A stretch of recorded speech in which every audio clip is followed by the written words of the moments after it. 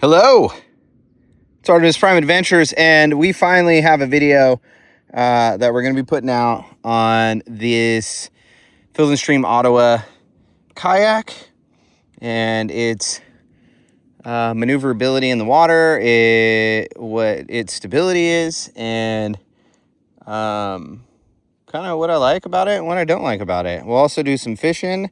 I'm at a pond type area that you could see that I've never been to.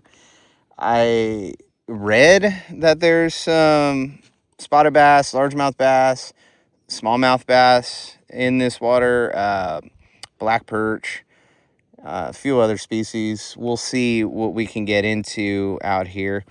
If it's nothing, then the video will stop at the review. I've had this kayak out a few times so far, and just hadn't had an opportunity to actually film the content, but we'll push out here. It's very thick through here.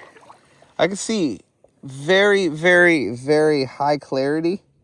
I have 5 rods rigged up. I got a punch rod, I got a frog, because you know, frogs, love them, they're my favorite baits. Also, what else do I got on there? I got a whopper popper, but I'll take it off. I'll probably throw something else on there. And a little swim bait. So a little paddle tail. So we'll see.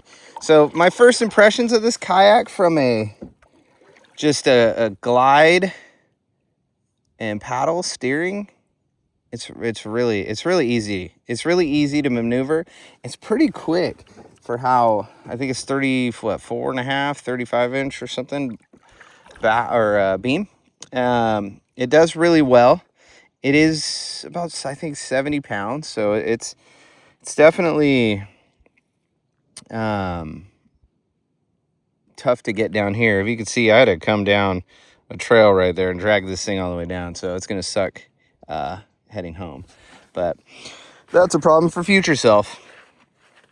What else? I mean, it's very roomy. The seat, it's okay. It's not incredibly comfortable, and that's all right, I guess, because you can buy pads and stuff for them.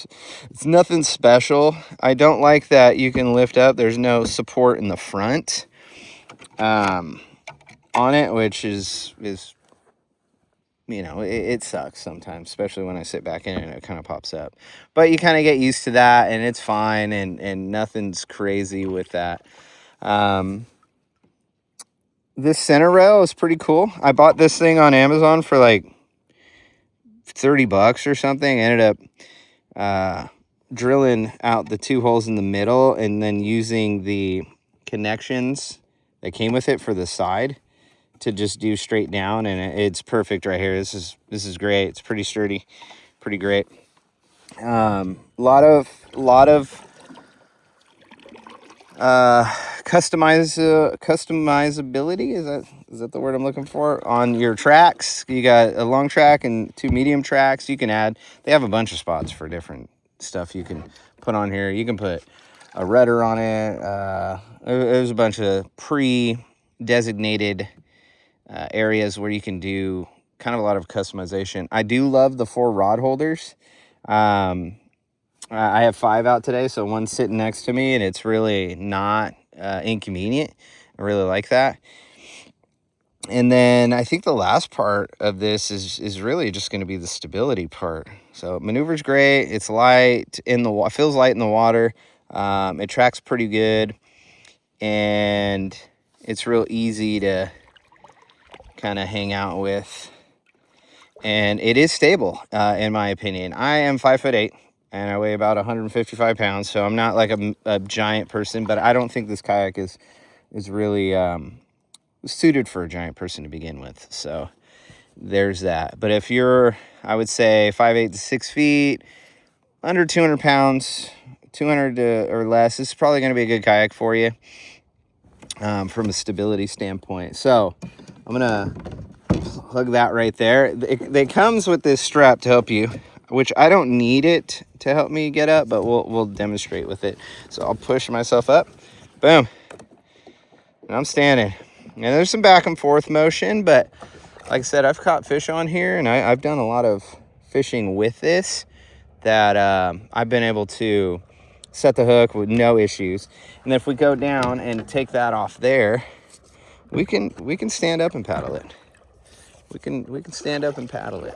It is not too difficult. And then if we walk forward, it's a little jumpy left to right walking forward as the boat gets more narrow, but I spend most of my time right by the seat anyways. So it's pretty great, I think. For the price, this is not a bunch of bells and whistles. It's a pretty basic kayak with a lot of opportunity to be very, very good. I'm thinking about a fish finder for it in bodies of water like this where I am not familiar with it, so I'm not going to be able to tell what's below me. I'm not familiar, even though it's fairly clear. We're already out here. We drifted away a little bit. I can't see the bottom, so it quickly drops off. So I'm not too confident there for locating fish. I mean, I know what to look for, but so look out for that. And I'm potentially going to figure out how to rig up a trolling motor. I have this whole long thing. If I get rid of this front storage and put like a piece of aluminum there, I can put a trolling motor on the front of this. There's so much room right here for that. If I were to use a foot controlled, but I don't know if I want to do that. I could get a bow mount or a transom mount, a transom mount one that I can control with my hands and just put it on the back and be whatever and not have it all in front of me. But we'll see. I have a lot of options that I can explore here, and we will take a look at that on the channel. Stay tuned for that. So there's your review of the Field&Stream Ottawa fishing kayak. It's like 10 feet. I think it's a great kayak. It really suits its purpose for me. Not too complicated, easy to paddle, easy to use.